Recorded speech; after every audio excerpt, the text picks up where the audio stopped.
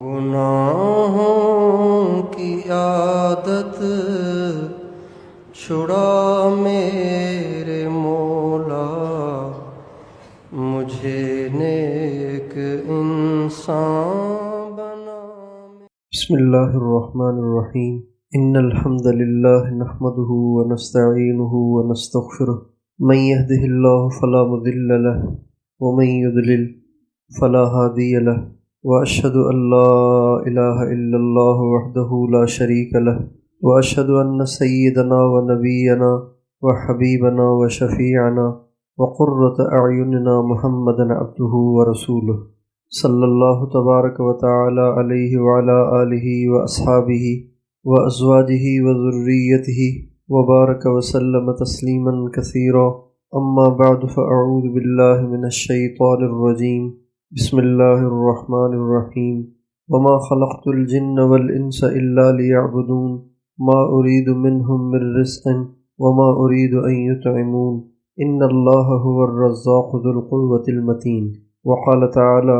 وقل لعبادی یقولوا التي هي احسن ان الشیطان ينزغ بینهم سبحان ربک رب العزة عما یصفون وسلام علی المرسلین والحمد للہ رب العالمین۔ اللہم صلی علی سیدنا محمد وعلی آل سیدنا محمد وبارک وسلم۔ اللہ تعالیٰ نے اپنے بندوں پر، اپنی بندیوں پر دو ذمہ داریاں ڈالی ہیں۔ ایک ذمہ داری یہ ہے کہ ہم اللہ تعالیٰ کی عبادت اور اطاعت کے ذریعے سے اللہ تعالیٰ کو راضی کریں، اور دوسری ذمہ داری یہ ہے کہ ہم اس کی مخلوق کے ساتھ اچھا سلوک اور اچھا برتاؤ کریں، اور ہر ایک کے حق کی ادائیگی کریں، ہر ایک کے ساتھ حسن سلوک کریں، کسی کی بھی ہم سے دل آزاری نہ ہو۔ یہ دو ہر بندے، ہر بندی کی ذمہ داریاں ہیں۔ دنیا میں جتنے بھی انسان رہتے ہیں ان سب کی ذمہ داری میں عبادت بھی ہے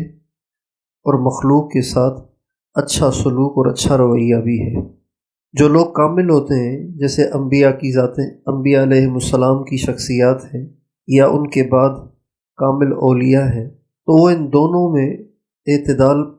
لے کر چلتے ہیں۔ وہ اللہ کی عبادت کی وجہ سے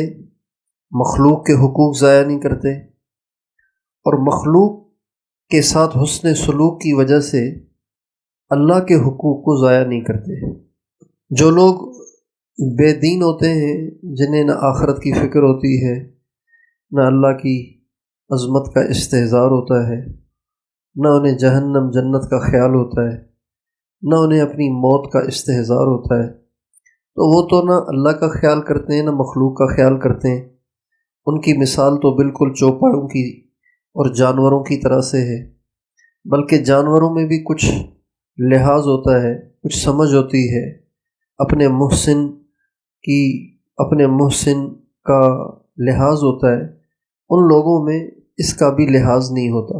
اللہ تعالیٰ فرماتے ہیں کہ میں نے دنیا میں ایسے بہت سے انسان اور جنات بنائے ہیں، وَلَقَدْ ذَرَأْنَا لِجَهَنَّمَ كَثِيرًا مِّنَ الْجِنِّ وَالْإِنسِ لَهُمْ قُلُوبٌ لَّا يَفْقَهُونَ بِهَا وَلَهُمْ آذَانٌ لَّا يَسْمَعُونَ بِهَا وَلَهُمْ أَعْيُنٌ لَّا يُبْصِرُونَ بِهَا أُولَئِكَ كَالْأَنْعَامِ بَلْ هُمْ أَضَلُّ وَأُولَئِكَ هُمُ الْغَافِلُونَ۔ اللہ تعالیٰ فرماتے ہیں بہت سے انسان اور بہت سے جنات ایسے ہیں جیسے وہ گویا بنے ہی جہنم کے لیے ہیں، وہ ایندھن بننے کے لیے بنے ہیں۔ ان کی نشانیاں یہ ہیں، ان کی علامات یہ ہیں کہ ان کے پاس دل تو ہیں لیکن سمجھتے کچھ نہیں، ان کے پاس کان تو ہیں لیکن انہیں اللہ کی بات سنائی نہیں دیتی، اور ان کے پاس آنکھیں تو ہیں لیکن انہیں اللہ کی عظمت کی نشانیاں نظر نہیں آتی، اللہ تعالیٰ کی کبریائی کی نشانیاں نظر نہیں آتی۔ وہ بالکل ایسے چلتے ہیں جیسے اندھے ہوں، ایسے رہتے ہیں جیسے بالکل بہرے ہوں، اور ایسے رہتے ہیں جیسے بالکل پتھر ہوں، ٹس سے مس نہیں ہوتے۔ پھر فرمایا اولئک کالانعام، ان میں اور چوپایوں میں کوئی ایسا فرق نہیں ہے، یہ بالکل چوپایوں والی زندگی گزار رہے ہیں۔ کسی چوپائے کو کیا پڑی ہے، اگر کسی کو دکھ میں دیکھے تو وہ پریشان نہیں ہوگا، اسے احساس نہیں ہوگا، نہ اسے حرام حلال کی تمیز ہوگی۔ گائے اگر پیشاب کرے تو اس کو اس بات کی فکر نہیں ہوتی کہ کہیں مجھے چھینٹیں نہ پڑ جائیں، میں ناپاک نہ ہو جاؤں، اور اس کو یہ فکر نہیں ہوتی کہ میری بے پردگی ہوتی ہے اور میرا سطر ظاہر ہو رہا ہے، ان کو اس کی فکر نہیں ہوتی، اس لیے کہ وہ چوپائے ہیں، جانور ہیں۔ تو جب انسان سے بھی حرام حلال کی تمیز ختم ہو جائے اور اس کو بھی اپنے مالک کے احکام کی سمجھ نہ آئے اور اس کو بھی اپنے مالک کی آوازیں سنائی نہ دیں، تو پھر ایسے انسان کی مثال چوپائے کی سی ہے۔ آگے اللہ فرماتے ہیں بل ہم اضل، بلکہ یہ چوپایوں سے بھی زیادہ بھٹکے ہوئے ہیں، یعنی چوپایوں میں بھی اس بات کا لحاظ تو ہوتا ہے کہ جو اس کو گھاس کے چند تنکے کھلا دے اور اس کو پانی کے چند گھونٹ پلا دے تو وہ اس کو دیکھ کے ضرور سہمتے ہیں اور اس کا ضرور لحاظ کرتے ہیں۔ ہم نے دیکھا ہے کہ ہم جب چھوٹے تھے اور اپنے گاؤں میں رہتے تھے تو ہمارے ہاں کتے بہت ہوتے تھے، تو ہمارے والد صاحب کتے کو چھیچڑے دیتے، ہڈیاں دیتے، روٹی کے ٹکڑے دیتے، تو وہ جب بھی والد صاحب کو دیکھتا تو وہ کتا دم ہلاتا ہوا بڑے مسکینی کے انداز میں، بڑی محبت کے انداز میں، یعنی جیسے ایک کتا تو کسی کو کاٹنے کے لیے دوڑتا ہے نا، اور ایک کتا کسی کی محبت میں دوڑتا ہے، تو دونوں کے انداز میں فرق ہوتا ہے۔ تو وہ کتا جب میرے والد صاحب کو دیکھتا تو وہ دم ہلتا ہوا ایسے جیسے پروٹوکول دے رہا ہو، ایسے جیسے محبت میں آ رہا ہو، اور آ کے قدموں میں لیٹ جاتا تھا اور کھلاڑیاں کرتا اور جوتی چاٹنے لگ جاتا، اس لیے کہ اس کو اس بات کا احساس ہے کہ یہ مجھے روٹیاں کھلاتا ہے، اور روٹی کیا تازہ روٹی نہیں، روٹی کے ٹکڑے کھلاتا ہے، یہ مجھے ہڈیاں چسواتا ہے، یہ مجھے گوشت کے چھیچڑے کھلاتا ہے جو ہمارے کسی کام کے نہیں ہوتے۔ تو کتے میں بھی یہ احساس ہوتا ہے، لیکن ایسے انسانوں میں وہ بھی احساس نہیں کہ جس مالک نے ان کو آنکھیں دیں، جس مالک نے ان کو کان دیے، جس مالک نے ان کو ہاتھ پاؤں دیے، جس مالک نے ان کو وجود عطا فرمایا، اور جس مالک نے ان کے لیے غلوں کا اور ان کے لیے مختلف غذاؤں کا انتظام کیا، اور جس مالک نے ان پر کروڑوں نعمتیں کی، اس مالک کا کچھ ہی لحاظ کر لیں، ایسے لوگ پتھر ہیں اور ٹس سے مس نہیں ہوتے۔ اب آپ دیکھیں کہ یہ جو پالتو کتے ہوتے ہیں جب ان کے مالک چٹکی بجاتے ہیں نا تو یہ بھاگے ہوئے آتے ہیں، لیکن جو انسان اللہ کا کھا رہا ہے، اللہ کا پی رہا ہے، اللہ کی کروڑوں نعمتیں استعمال کر رہا ہے،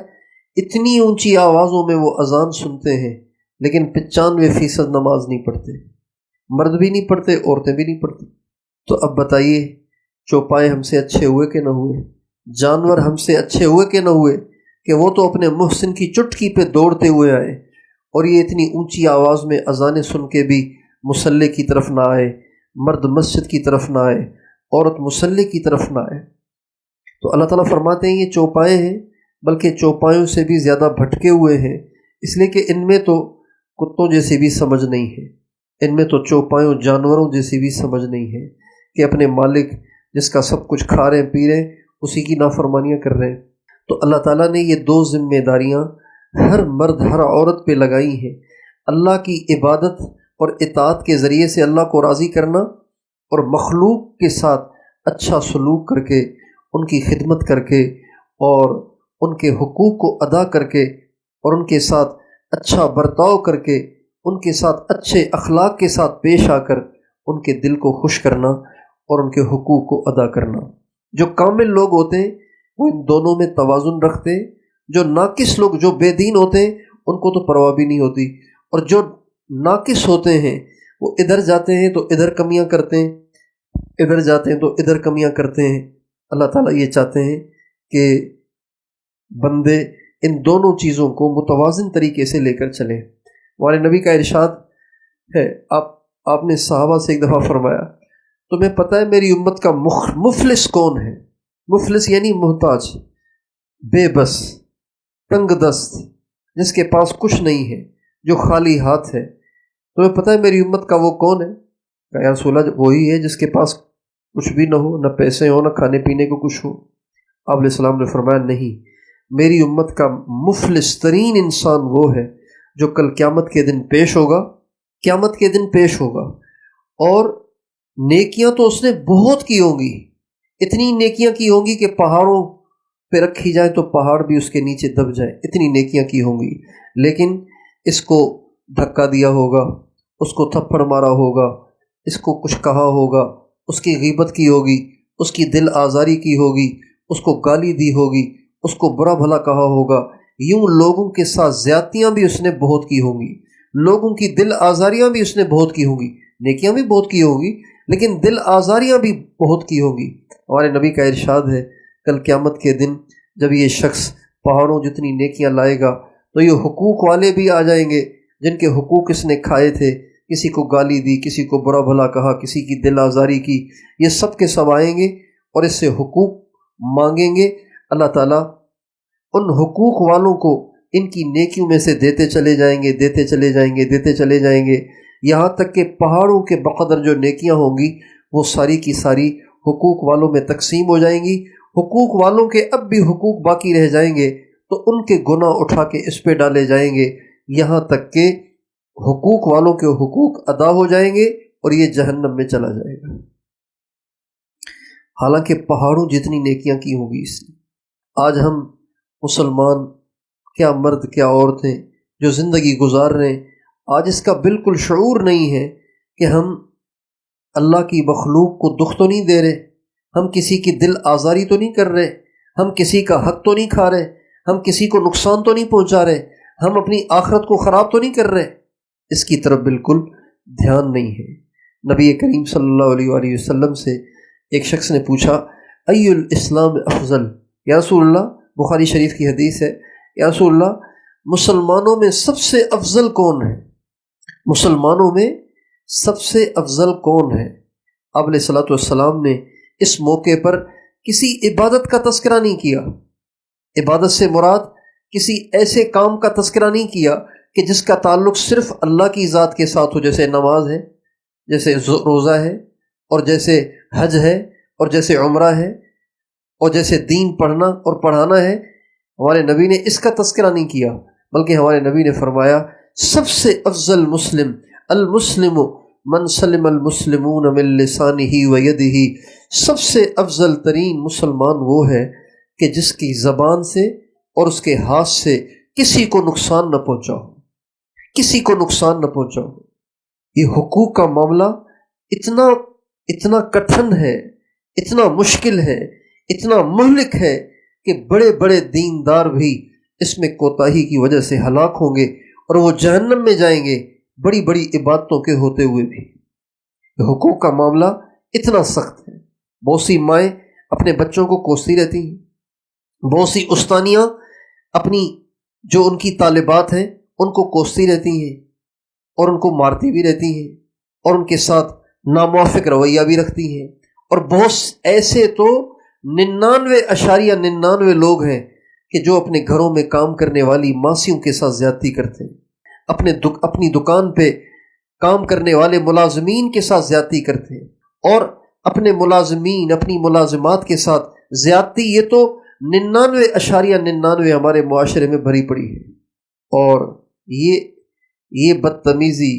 اور یہ ان کی حق تلفی اور یہ ان کی بے عزتی اور یہ ان کی آبرو ریزی، یہ اتنا مہلک عمل ہے کہ بڑے بڑے عبادت گزاروں کی عبادتوں کو برباد کر کے ان عبادت گزاروں کو جہنم کا ایندھن بنا دے گا۔ نبی کریم صلی اللہ علیہ وآلہ وسلم نے صرف ہمیں نماز نہیں دی، ہمارے نبی نے صرف ہمیں روزے نہیں دیے، ہمارے نبی نے صرف ہمیں تلاوت نہیں دی، ہمارے نبی نے صرف ہمیں ذکر اور مراقبے نہیں دیے، ہمارے نبی نے ہمیں اخلاق بھی دیے ہیں، اخلاق بھی دیے ہیں۔ بلکہ اگر ہم اپنے نبی کی صفات کا موازنہ کریں تو ہمارے نبی کی صفات میں سب سے زیادہ جو چیز نمایاں ہے نا، نمایاں جو ہمارے نبی کی طرف دل کو کھینچتی ہے، جس نے دشمنوں کو زیر کر دیا، جو تلواروں سے زیر نہ ہوئے وہ اس سے زیر ہوئے، جو تلواروں سے فتح نہ ہوئے وہ اس سے فتح ہوئے، جن کے دل تلواروں سے نرم نہ ہوئے اور اس سے نرم ہوئے، وہ چیز ہمارے نبی کے عالی اخلاق ہے، ہمارے نبی کی طبیعت کی نرمی ہے، ہمارے نبی کی طبیعت کا درگزر ہے، ہمارے نبی کا ہر ایک کے ساتھ اچھا سلوک ہے۔ ہمارے ہاں مالداروں کے ساتھ پیش آنے کے لیے رویہ الگ ہے، غریبوں کے ساتھ پیش آنے کے لیے رویہ الگ ہے۔ ہم نے بہت سی کوالٹیاں بنائی ہوئی ہیں، جیسے دکاندار کے پاس 1 نمبر چیز بھی ہوتی ہے، 2 نمبر چیز بھی ہوتی ہے، 3 نمبر چیز بھی ہوتی ہے نا۔ یہ ہر ایک نے اپنے پاس کئی قسم کے سلوک رکھے ہوئے ہیں، کئی قسم کے رویے رکھے ہوئے ہیں، کئی قسم کے انداز رکھے ہوئے ہیں۔ حالانکہ مومن کا انداز تو ایک ہوتا ہے۔ یہ مالداروں والا روپ ہے، مالداروں کے ساتھ پیش آنے والا روپ ہے، یہ دینداروں کے ساتھ پیش آنے والا روپ ہے، یہ دنیا داروں کے ساتھ پیش آنے والا روپ ہے، یہ غریبوں کے ساتھ پیش آنے والا روپ ہے۔ غریبوں کو ہاتھ ملائیں گے تو 3 انگلیوں کے ساتھ، اور مالدار سے ملیں گے تو اچھی طرح جپھی پا کے اور گلے مل کے۔ نبی کریم صلی اللہ علیہ وسلم کے بارے میں حدیث میں آتا ہے، آپ علیہ السلام راستے میں جا رہے ہوتے تھے، اگر کوئی چھوٹی بچی آپ کا ہاتھ پکڑ کے آپ کو وہاں کھڑا کر دیتی، آپ وہیں کھڑے ہو جاتے۔ آپ یہ نہیں کہتے بھائی یہ کوئی ٹائم ہے اور یہ کوئی وقت ہے اور یہ کوئی جگہ ہے ملنے کی، آپ کو آنا ہے تو میرے پاس آؤ، ٹائم لے کے آؤ۔ آپ یہ نہیں کرتے تھے، آپ فرماتے تھے آپ وہیں کھڑے ہو جاتے اور اپنے کان کو اس کے ہونٹوں کے قریب کر دیتے تاکہ اس کو محسوس ہو کہ حضور میری طرف متوجہ ہیں اور میری بات کو اہمیت دے رہے ہیں۔ چھوٹی بچی، آپ اپنے کان اس کے ہونٹوں کے قریب کر دیتے، اور جب تک وہ اپنے ہونٹ کو دور نہ کرتی آپ اپنے کان کو دور نہیں کرتے تھے۔ کوئی غلام آپ کا ہاتھ پکڑ لیتا، آپ اس سے ہاتھ نہیں چھڑاتے تھے جب تک کہ وہ نہ چھوڑ دیتا۔ کسی کی طرف آپ توجہ فرماتے تو کبھی بھی آپ خود منہ نہیں موڑتے تھے جب تک کہ اگلا منہ نہ موڑے۔ حضرت انس رضی اللہ تعالیٰ عنہ ہمارے نبی کے خادم خاص ہیں۔ خادم تو ہمارے نبی کے بہت سے تھے، لیکن حضرت انس ہمارے نبی کے خادم خاص تھے۔ ایسے خادم خاص تھے کہ ایسا کوئی خصوصی خادم کوئی اور نہیں تھا۔ 24 گھنٹے ساتھ، سفر حضر میں ساتھ، گھر میں بھی ساتھ، باہر بھی ساتھ، یہ صرف حضرت انس تھے۔ ہمارے نبی جب مدینہ منورہ ہجرت کر کے تشریف لے گئے تو مدینے کے لوگوں نے ہمارے نبی کو بہت سے ہدیے دیے، کوئی کچھ لاتا، کوئی کچھ لاتا، اظہار محبت کے لیے کوئی کچھ لے آتا، کوئی کچھ لا رہا تھا، کوئی کچھ لا رہا تھا۔ حضرت سلیم رضی اللہ تعالیٰ عنہ سرکار کی خدمت میں حاضر ہوئیں کہ یا رسول اللہ آپ مدینے تشریف لائیں، ہمارے شہر ہجرت کر کے تشریف لائے ہیں، تو آپ کو ہدیے دینے والوں نے اپنی محبت کے اظہار کے لیے ہدیے دیے ہیں، لیکن میں بہت غریب عورت ہوں، میں بیوہ بھی ہوں، میرے پاس اور تو کچھ ہے نہیں، یہ میرا لخت جگر انس ہے، میں اس کو آپ کی خدمت میں ہدیہ کرتی ہوں۔ چنانچہ حضرت انس کو ہمارے نبی نے قبول فرمایا، اور ہمارے نبی 10 سال مدینے میں رہے، اور 10 برس حضرت انس ہمارے نبی کے ساتھ بالکل یوں چپکے رہے، سفر میں بھی، حضر میں بھی، گھر میں بھی اور باہر بھی۔ 8 سال ان کی عمر تھی جب ہمارے نبی کا انتقال ہوا، تو حضرت انس کی عمر 18 برس تھی۔ حضرت انس فرماتے ہیں میں نے 10 سال پیارے نبی کی خدمت میں گزارے، اور بہت سے مجھ سے کام الٹے سیدھے بھی ہوئے، لیکن اللہ کے نبی نے 2 جملے مجھے کبھی نہیں فرمائے۔ 2 جملے جن میں ڈانٹ ہے، 2 جملے جن میں ڈانٹ ہے، یہ 2 جملے مجھے کبھی نہیں فرمائے۔ ایک تو کبھی یہ نہیں فرمایا لم فعلت، تم نے یہ کام کیوں کیا، یہ کبھی نہیں فرمایا، اور یہ بھی کبھی نہیں فرمایا ہلا فعلت، یہ کام تم نے کیوں نہیں کیا، نہیں فرمایا مجھے۔ ہمیشہ میری حرکتیں آپ برداشت کرتے تھے۔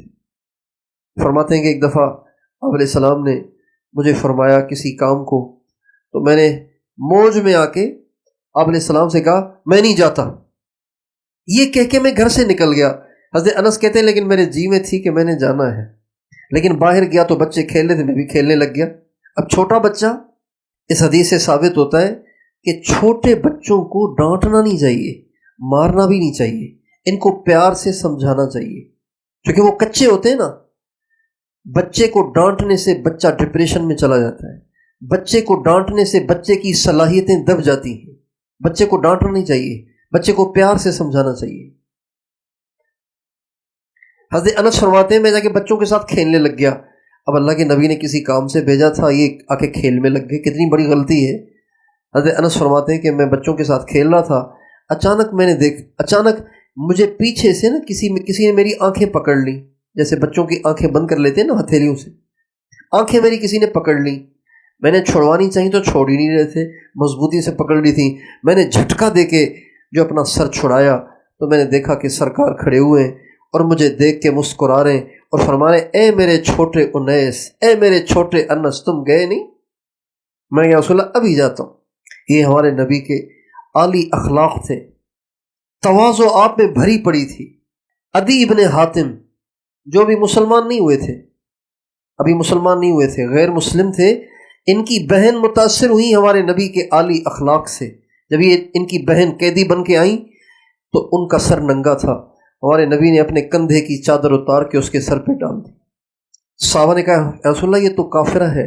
آپ نے فرمایا کسی کی تو بیٹی ہے۔ پھر وہ آپ سے کہنے لگی یا رسول اللہ میں حاتم تائی کی بیٹی ہوں، میرا باپ بہت سخی تھا اور میرا اور تو دنیا میں کوئی ہے نہیں، باپ دنیا سے چلا گیا ہے، میرا بھائی ہے وہ بھاگ گیا ہے، وہ جب اس نے آپ کے لشکر کا سنا وہ بھاگ گیا تو یہ مجھے پکڑ کے لے آئے ہیں، آپ مجھے جو آپ فرمائے میں آپ کو ادا کرنے کو تیار ہوں، آپ مجھے چھوڑ دیں۔ آپ صلی اللہ علیہ وآلہ وسلم نے فرمایا تمہارے باپ میں ایمان والوں جیسی صفات تھی، مومنین جیسی صفات تھی،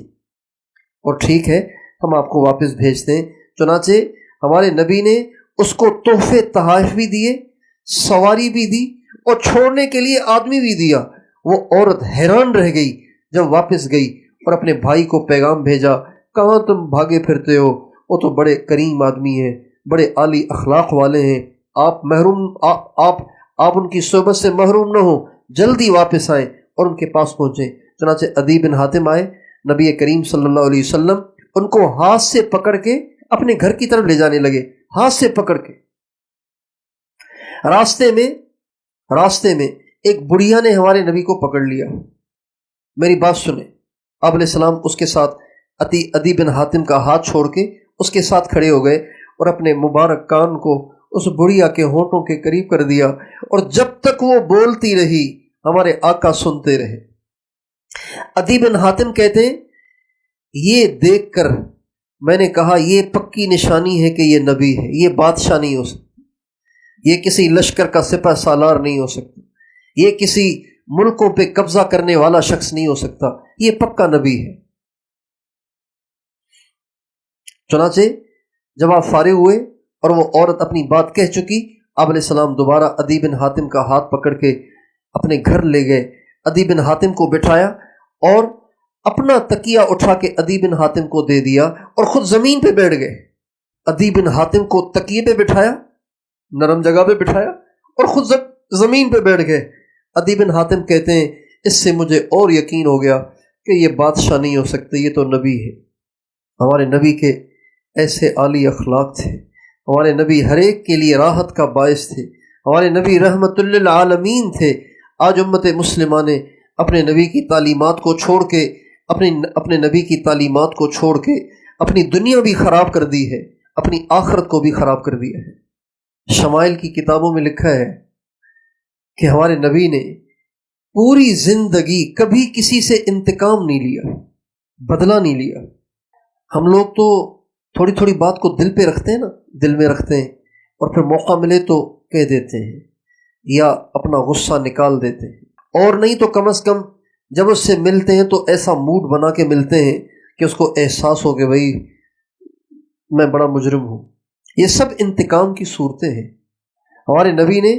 پوری زندگی کبھی کسی سے انتقام نہیں لیا، پوری زندگی کبھی کسی سے انتقام نہیں لیا، بلکہ آپ کے ساتھ جن جن نے زیادتیاں کیں آپ نے ان کو برداشت بھی کیا بلکہ معاف بھی کیا۔ جب مکہ فتح ہوا، آپ 10,000 کا لشکر لے کر مکہ معظمہ میں داخل ہوئے۔ 8 سال پہلے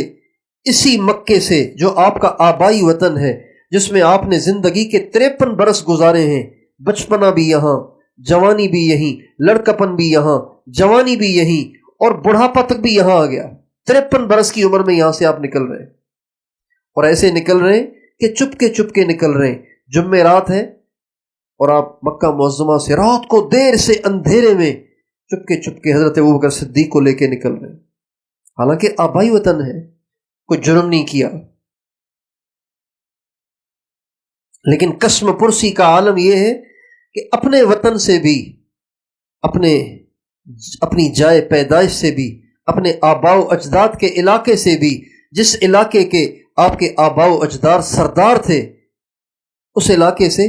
ایسے قسم پرسی کے ساتھ چپکے چپکے نکل رہے ہیں۔ ٹھیک 8 برس کے بعد اللہ نے جو پانسا پلٹا تو آپ 10,000 کا لشکر جرار لے کر آپ مکہ معظمہ میں داخل ہو رہے ہیں۔ لیکن صحابہ کہتے ہیں جب آپ مکے میں داخل ہو رہے تھے، فاتحانہ داخل ہو رہے تھے، اور ہر طرف آپ کے لشکر کی دھوم تھی، ہر طرف آپ کے چرچے تھے، اور بڑے بڑے کفار کی گردنیں جھکی ہوئی تھیں، آپ صلی اللہ علیہ وسلم اتنے خشوع خضوع میں تھے کہ آپ کا مبارک سر اونٹ کی کاٹھی کو لگ رہا تھا، اونٹ کے کجاوے سے ٹکرا رہا تھا، اتنی آپ میں تواضع۔ اور پھر جب آپ تشریف لائے اور بیت اللہ تشریف لائے، بیت اللہ کے اندر بھی گئے، نماز پڑھی، اور پھر نماز پڑھ کے باہر تشریف لائے، تو وہ جو جانی دشمن تھے ساری زندگی جنہوں نے آپ کو ستایا ہوا تھا، 21 برس کی دشمنیاں تھیں، وہ سارے سہمے ہوئے اور جھکے ہوئے۔ آپ صلی اللہ علیہ وآلہ وسلم نے اس موقع پہ فرمایا تمہیں پتہ ہے میں تمہارے ساتھ اب کیا کرنے والا ہوں؟ تمہیں پتہ ہے میں تمہارے ساتھ اب کیا کرنے والا ہوں؟ کہنے لگے آپ تو بڑے کریم ہیں، آپ کے والد بھی بڑے کریم تھے۔ آپ صلی اللہ علیہ وآلہ وسلم نے فرمایا میں آج تم سے وہی کہتا ہوں جو میرے بھائی یوسف نے اپنے ظالم بھائیوں سے کہا تھا، لا تثریب علیکم اليوم، چلے جاؤ، آج تم پر کوئی ملامت نہیں، یغفر اللہ لکم، میں بھی تمہیں معاف کرتا ہوں، اللہ سے بھی دعا کرتا ہوں کہ اللہ تمہیں معاف کر دے۔ اس موقع پر جتنے کفار تھے سب کے دل نرم ہو گئے اور اسلام میں داخل ہو گئے، جو کچھ رہ گئے وہ بعد میں مسلمان ہو گئے۔ اس لیے اللہ تعالیٰ نے ہمیں یہ دونوں ذمہ داریاں دی ہیں، جیسے اذان سن کے مصلی پہ آنے کی ذمہ داری ہے، ایسے ہی کوئی زیادتی کرے تو چپ ہو جانے کا بھی حکم ہے، یہ بھی ہماری ذمہ داری ہے۔ جیسے رمضان آ جائے تو روزے رکھنا ہماری ذمہ داری ہے، ایسے ہی غصہ آ جائے تو اسے پینا بھی ہماری ذمہ داری ہے۔ نماز کا وقت ہو جائے تو سارے کام چھوڑ چھاڑ کے عورت کو مصلی پہ آنا ہے، مرد کو مسجد میں آنا ہے، اسی طرح غصہ آ جائے تو اسے پینا، یہ بھی مسلمان کی ذمہ داری ہے۔ کوئی زیادتی کرے اسے برداشت کرنا، اور اس سے بھی بہتر ہے کہ اس کو معاف کرنا، اس سے بھی بہتر ہے کہ اس کے ساتھ اچھائی کرنا، یہ بھی مسلمان کی ذمہ داری ہے۔ حضرت علی رضی اللہ تعالیٰ عنہ پر جس کافر نے وار کیا، عبداللہ ابن ملجم نے، تو وہ پکڑا گیا تھا۔ جب اس کو پیش کیا گیا حضرت علی کو، اس نے اتنی زور کی تلوار ماری تھی کہ سر 2 حصوں میں کر دیا تھا، اس نے تلوار اندر اتر گئی تھی۔ جب اس کو پیش کیا گیا تو حضرت ام کلثوم رضی اللہ عنہا جو حضرت عمر کی اہلیہ تھیں وہ بھی وہاں کھڑی تھیں، حضرت علی کی بیٹی تھیں، حضرت عمر کی اہلیہ تھیں، وہ بھی وہاں کھڑی ہوئی تھی اور رو رہی تھیں اور کہہ رہی تھیں میرے باپ کو اللہ کچھ نہیں کرے گا، میرے باپ کو اللہ کرے گا کچھ نہیں ہوگا۔ تو عبداللہ بن ملجم کہنے لگا اب بھی تیرے باپ کو کیوں کہ کچھ نہیں ہوگا، اس لیے کہ میں نے 1 مہینے تک اس تلوار کو زہر میں بھگو کے رکھا تھا کہ اگر میرے تلوار کے وار سے نہ مرے تو کم از کم میرا زہر جو اندر چلا جائے اس سے تو شہید ہو ہی جائے۔ اس کے بعد حضرت علی نے اس سے پوچھا تم نے مجھ پہ کیوں وار کیا، میں نے تمہارا کیا بگاڑا تھا؟ اس نے کہا جی میں نے بہت بڑے شر سے مسلمانوں کو نجات دی ہے، یہ اس خبیث نے کہا۔ حضرت علی نے فرمایا اپنے بچوں سے، اپنے ورثہ سے کہ اب ٹھیک ہے تم اس کو لے جاؤ اور اس کو اپنے پاس رکھو، نرم بستر دو، اچھا کھانا دو، اگر میں زندہ رہا تو میں خود فیصلہ کروں گا کہ اس کے ساتھ کیا کرنا ہے، اور اگر میں چلا گیا تو تم اس کو بھی صرف 1 ضرب کے ساتھ میرے پاس پہنچا دینا، اس پہ زیادتی نہ کرنا، 1 ضرب کے ساتھ پہنچا دینا، میں اللہ کے سامنے خود ہی اس کا مقدمہ پیش کروں گا، لیکن اگر تم معاف کر دو تو زیادہ بہتر ہے، اگر معاف کر دو تو زیادہ بہتر ہے۔ یہ ہمارے اکابر کے عالی اخلاق تھے، آج ہم اپنے دلوں کو پتہ نہیں کن کن چیزوں سے گندا کیے ہوئے ہیں، چھوٹی چھوٹی باتیں اتنی اکٹھی کر لی ہیں کہ پہاڑ بن گئے ہیں رنجشوں کے، اور یہ رنجشیں جمع ہوتے ہوتے اب نفرتوں میں بدل گئی ہیں، تہیں چڑھ گئی ہیں۔ اور جن دلوں میں کسی کے لیے نفرت ہو، ان دلوں میں کبھی بھی اللہ کی معرفت نہیں آ سکتی، اللہ کی محبت نہیں آ سکتی، اللہ کے نبی کی محبت نہیں آ سکتی، آخرت کی فکر نہیں آ سکتی، اس لیے کہ یہ دل گندے ہیں، یہ دل گندے ہیں۔ ان گندے دلوں میں اللہ کی معرفت کا نور، اللہ کی محبت کا نور کبھی بھی نہیں آ سکتا۔ اس لیے میری بہنوں، میری بیٹیوں، ہم اپنی زندگی میں ان دونوں چیزوں کو ساتھ ساتھ لے کر چلیں، اللہ کے حقوق، بندوں کے حقوق، اللہ کے ساتھ کیسے رہنا ہے، مخلوق کے ساتھ کیسے رہنا ہے۔ ان دونوں چیزوں کو ملائیں گی نا تو بنے گا دین، ورنہ دین نہیں بنے گا۔ کسی کی ہم سے دل آزاری نہ ہو، کسی کا دل نہ دکھے، کسی کو ہم سے تکلیف نہ ہو، کسی کی عزت کو ہم نقصان نہ پہنچائیں۔ ہماری شریعت نے غیبت کو حرام کر دیا ہے، بلکہ ہمارے نبی نے تو غیبت کی شدت یوں بتائی ہے کہ غیبت تو بدکاری سے بھی زیادہ شدید ہے۔ حالانکہ بدکاری کتنا شدید گناہ ہے، لیکن غیبت اس سے زیادہ شدید ہے، شدید ہے۔ صحابہ نے پوچھا حضور یہ کیسے؟ فرمایا بدکار تو توبہ کر لے گا، لیکن غیبت کرنے والے کی توبہ تب تک کامل نہیں ہوگی جب تک کہ جس کی عزت کو نقصان پہنچایا ہے وہ اس کو معاف نہ کرے۔ وَلَا يَغْتَبْ بَعْضُكُمْ بَعْضًا أَيُحِبُّ أَحَدُكُمْ أَن يَأْكُلَ لَحْمَ أَخِيهِ مَيْتًا فَكَرِهْتُمُوهُ۔ یہ جو سورہ حجرات ہے، سورہ حجرات، یہ پوری حقوق العباد سے متعلق ہے، پوری سورت۔ یا ایھا الذین آمنوا اجتنبوا کثیرا من الظن ان بعض الظن اثم ولا تجسسوا ولا یغتب بعضکم بعضا ایحب احدکم ان یأکل لحم اخیہ میتا فکرہتموہ۔ کوئی کسی سے بدگمانی نہ کرے، کوئی کسی کی جاسوسی نہ کرے، کسی کی ٹروہ میں نہ لگے۔ کیا کہہ رہے ہیں، کیا بات کر رہے ہیں؟ عام عادت ہے اگر کوئی موبائل دیکھ رہا ہے، کوئی موبائل دیکھ رہی ہے تو پاس والی بھی دیکھنا شروع کر دیتی ہے۔ اب پتہ نہیں وہ کیا پڑھ رہی ہے، پتہ نہیں وہ کیا دیکھ رہی ہے، وہ پاس والی بھی شاید اس کے خاوند کا میسج ہو، اب وہ بھی دیکھ رہی ہے اس کو۔ یہ بھی بدنگاہی کے حکم میں ہے۔ جیسے کسی غیر محرم مرد کو خواہش کے ساتھ دیکھنا یہ عورت کے لیے بدنگاہی ہے، کسی مرد کا غیر محرم عورت کو دیکھنا بدنگاہی ہے، ایسے ہی کوئی خط لکھ رہا ہے، اس کے خط میں دیکھنا کیا لکھ رہا ہے، کوئی میسج لکھ رہا ہے، اس کی اسکرین پہ دیکھنا کیا لکھ رہی ہے، کوئی موبائل میں کچھ پڑھ رہا ہے، کچھ دیکھ رہا ہے، اس کے موبائل میں دیکھنا شروع کر دینا، یہ سب بدنگاہی کے حکم میں، اور یہ سب دل کو مردہ کرنے والی باتیں ہیں، یہ سب دل کو سیاہ کرنے والی باتیں ہیں۔ دو آپس میں بات کر رہی ہیں اور خام خواہ وہاں کان لگانا یہ گناہ ہے۔ کسی کا راز فاش کرنا گناہ ہے، کسی کا پردہ اٹھانا یہ گناہ ہے، کسی کی دل آزاری کرنا، ایسا جملہ بولنا جس سے اس کو سبکی ہو، اس کا چہرہ اتر جائے، اس کی نظریں جھک جائیں، اس کو شرمندگی ہو، یہ سب کبیرہ گناہ ہے۔ ایسی بات کرنا۔ ہمارے نبی پردہ پوش تھے، ہمارے نبی چھپانے والے تھے، ہمارے نبی لحاظ کرنے والے تھے، ہمارے نبی اوروں کی عزت کے محافظ تھے۔ دین کا یہ والا جو حصہ ہے یہ بالکل ہی ہمارے معاشرے سے مدھم ہو گیا ہے۔ ضرورت ہے اس کی کہ ہم سب آپ سب کی سب اس بات کی کوشش کریں کہ عبادات کے ذریعے سے اللہ کو راضی کریں اور اچھے اخلاق کے ذریعے سے مخلوق کے دل جیتیں، مخلوق کو خوش کریں، مخلوق کو راضی کریں،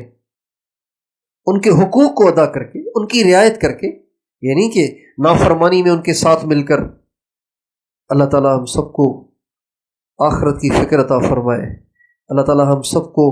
اس حال میں دنیا سے اٹھائے کہ ہمارے ذمے نہ اللہ کا کوئی حق ہو،